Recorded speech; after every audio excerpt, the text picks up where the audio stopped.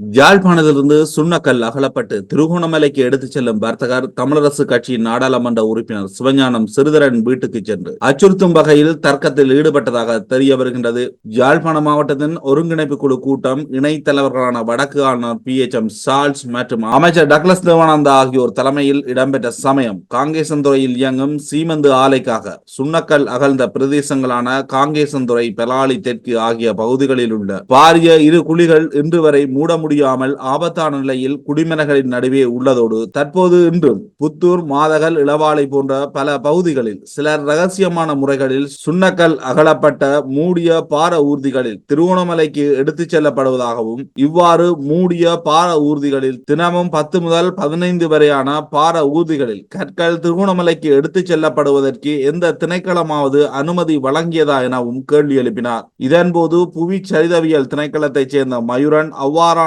எந்த ஒரு அனுமதியும் வழங்கப்படவில்லை என பதிலளித்தார். இது தொடர்பில் குடாநாட்டிலிருந்து வெளிவரும் ஊடகங்களில் இந்த செய்தி வெளிவந்த நிலையில் பத்திரிகை மற்றும் சில ஆவணங்கள் சகிதம் நாடாளுமன்ற உறுப்பினர் சிவஞானம் சிறிதரன் இல்லத்துக்கு சென்ற யாழ் நகரின் ஒரு பிரபல வர்த்தகர் தாம் தினமும் 4 ஊர்திகளில் மட்டுமே கல்லேற்றி செல்வதாகவும் அவை பணம் கொடுத்து பெற்றே எடுத்துச் செல்லப்படுவதனால் மாவட்ட செயலகத்தில் தெரிவித்த கூற்றிற்கு மறுப்பு தெரிவிக்க வேண்டும் என அச்சுறுத்தல் விட்டதாக தெரிய வருகின்றது. இதன் மூலம் தினமும் 4 பார ஊர்திகளில் யாழிலிருந்து எடுத்துச் செல்லப்படுவது உறுதியாகியுள்ளது.